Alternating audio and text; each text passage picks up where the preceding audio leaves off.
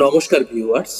তো চলুন শুরু করা যাক শ্রীমদ্ ভগবদ গীতা যথাযথের ধ্যান যোগের পরবর্তী অংশ। আজকে শ্লোক 43।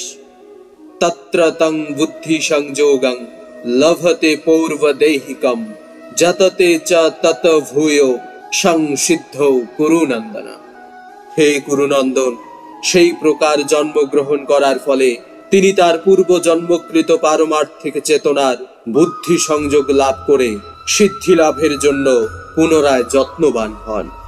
তাৎপর্য: পূর্ব জন্মের সুকৃতি অনুসারে সৎ ব্রাহ্মণ কুলে জন্মগ্রহণ করে পারমার্থিক চেতনার বিকাশ করার খুব সুন্দর দৃষ্টান্ত আমরা পাই মহারাজ ভরতের মাধ্যমে।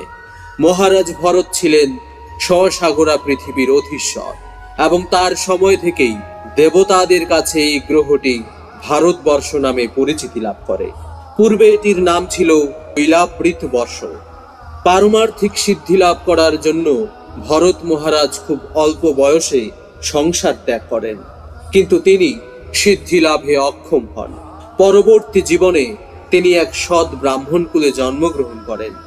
কোনো মানুষের সঙ্গে মেলামেশা করতেন না বলে এবং কারো সঙ্গে কথা বলতেন না বলে তার নাম হয় জড়ভর। পরবর্তীকালে মহারাজ রঘুগণ তাকে পরম ভাগবত বলে চিনতে পারেন। তার জীবনের মাধ্যমে এটি বুঝতে পারা যায় যে পারমার্থিক সাধনা বা যোগ সাধনা কখনোই বিফলে যায় না। ভগবানের কৃপার ফলে পারমার্থিক সাধকেরা কৃষ্ণ ভাবনায় সিদ্ধি লাভ করবার জন্য বারবার সুযোগ পান।